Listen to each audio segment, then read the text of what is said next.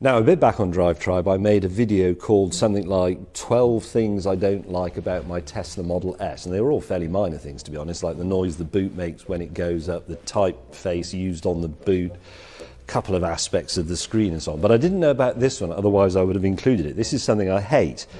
It's a bit boring, this, but I'm going to have to explain it all. The Tesla has two batteries. It's got the great big battery under the floor, which powers the car. It also has, here in the front trunk, a conventional 12-volt car battery, which keeps all the systems alive and the memory in the computer and all that sort of usual rubbish, makes the car unlock. That, because I hadn't used the car for a while, had gone flat and I couldn't get in. Now you might think, well, why does that battery go flat when it's got a great big battery and it's permanently plugged into the charger in my garage, even though it's not being used because of lockdown?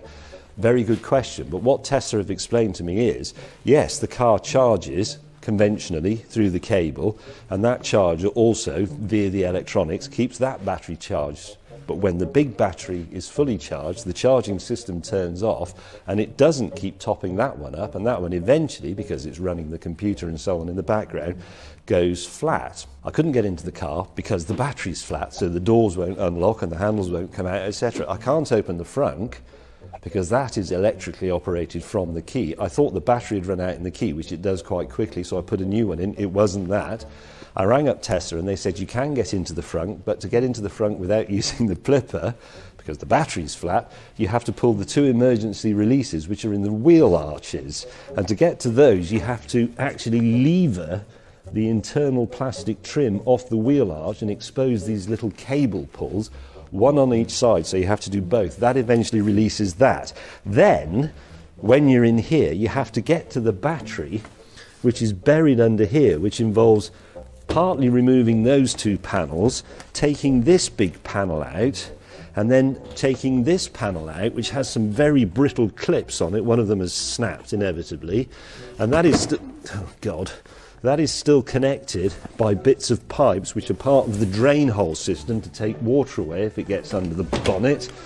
Hang on, I've got to prop it up with a bit of cardboard box to keep it free of the crocodile clips on the charger. And then when I've lifted that up, you have to take this bit of ducting out, which is part of the heating system, and then finally you get to the battery. Now, unfortunately, I could see this end of the battery and I thought, I can go onto there and an earth point on the car, but actually that's the earth terminal. I needed to get to that one, the positive one. So finally I'm in and I'm trickle charging the battery.